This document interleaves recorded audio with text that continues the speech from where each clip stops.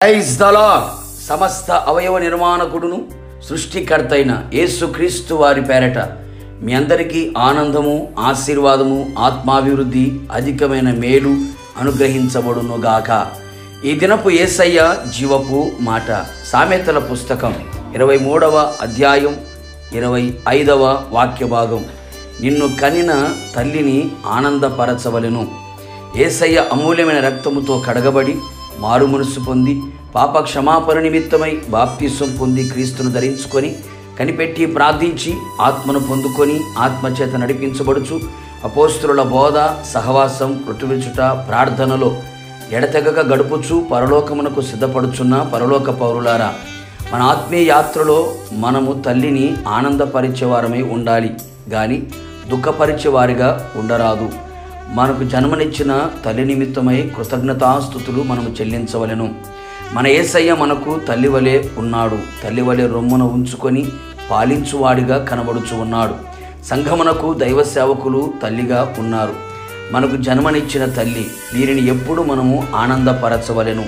పరిశుద్ధ గ్రంథములో దేవుడు దైవ సేవకుని తర్వాత తల్లికి ప్రథమ స్థానం ఇచ్చింది, అగ్రపీఠం ఇచ్చింది. 10 ఆజ్ఞల్లో ఒక ఆజ్ఞ తల్లిని సన్మానించవలెను. ప్రతివాడు తల్లికి భయపడవలెను అని ప్రభు సెలవిచ్చుచున్నాడు. యేసయ్య కూడా తల్లికి భయపడి విధేయుడై జీవించను కదా. ఒక్కసారి ఆలోచించు. నీ తల్లిని సన్మానించుచున్నావా? ఆనందపరచుచున్నావా? నిత్యము దుఃఖపరచుచు, దూషించుచు, ద్వేషించుచు, వేధించుచు, కొట్టుచు, తృణీకరించుచున్నావా? కొందరు భార్యకు లోబడి తల్లిని దూరపరచుచున్నారు. జాగ్రత్త సుమి. నీవు ఏమి విత్తుదువో అదే కోసుకుంటావు. నువ్వు చేసిన స్థితి గతి నీకు రాకుండా ఉండునట్లు జాగ్రత్త పడుము. దేవుడు కూడా మెచ్చడు అని గ్రహించు. శిక్షకు పాత్రుడు కాకుండా జాగ్రత్త పడు. నీ తల్లి ముదిమెందు ఆమె నిర్లక్ష్యపరచుకుము. తల్లి మాట విననల్లని వాని కన్ను లోయకాకులు పీకును, పక్షిరాజు పిల్లలు దానిని తినును. తల్లిని తరిమివేయువాడు అవమానమును అపకీర్తిని కలుగు చేయువాడు. తల్లి దూషించువాని దీపము కారు చీకటిలో ఆరిపోవును అని లేఖనాలు సెలవిచ్చుచున్నవి కదా. కావున నా దేవుని ప్రియులారా, వాక్యమునకు భయపడి తల్లిని ప్రేమించి ఆనందపరిచెదము. నీ కొరకు ఎన్నో త్యాగాలు చేసింది, జన్మనిచ్చింది, నవమాసాలు మోసి కని పెంచి పెద్ద చేసి నీకు ఉన్నతమైన స్థితిని, స్థానాన్ని కలుగు చేసిన సృష్టిలో అమ్మతనం చాలా గొప్పది. మనము దీర్ఘాయుష్మంతుడిగా బ్రతకాలి అంటే తల్లి దీవెన మన మీద నిలిచి ఉండాలి. అంటే వారిని మనము సన్మానించాలి, గౌరవించాలి. తల్లి ఆదరణ ఎంతో గొప్పది. తల్లి మనల్ని ప్రేమించి, ఆదరించి, ధైర్యపరిచి, బలపరిచి, ఓదార్చి అన్ని విషయములలో మన భారమును భరించగలిగినది తల్లి.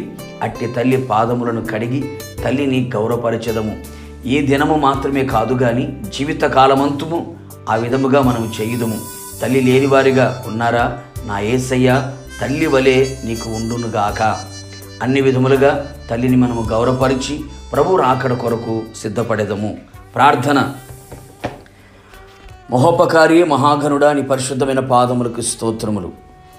ఈ దినమున ప్రభా, మీరు మమ్మల్ని ప్రేమించి మీరు ఇచ్చిన జీవపు మాట కొరకై మీకు స్తోత్రాలు. తల్లిని ఆనందపరచవలెను అని మీరు వాక్యం సెలవిచ్చి ఉన్నారు. మీరు మాకు తల్లియే ఉన్నారు. దైవ సేవకులు మాకు తల్లిగా ఉన్నారు. జన్మనిచ్చిన తల్లి ఉంది ప్రభువా. వీరిని ఎప్పుడు మేము ఆనందపరిచేవారిగా మా జీవితాల విధి నడిపించబడినట్లుగా కృప దయచేయండి. ఎంతవరకు దుఃఖపరుస్తూ, వేధించుచు, కన్నీరు తెప్పించుచున్న స్థితిలో ఒకవేళ ఉంటే దయతో క్షమించండి. ఈ దినము నుండి ప్రభువా, తల్లిని గౌరవపరిచి ఆనందపరిచే వ్యక్తులుగా ప్రతి ఒక్కరి జీవితాలు ఆ విధంగా మార్చి మలచి మహిమ పొందండి. తల్లి లేని బిడ్డలకి మీరే తల్లిగా ఉండమని ప్రార్థిస్తున్నాం. ఆ విధంగా చేసి మహిమ పొందమని యేసు నామములో అడిగి పొందుకొని ఉన్నాము తండ్రి, ఆమెన్. నిశ్చయముగా మీకును మీ కుటుంబ సభ్యులందరికీ ఆయనే తల్లి వలె ఉండి ధైర్యపరిచి బలపరచునుగాక. God bless you.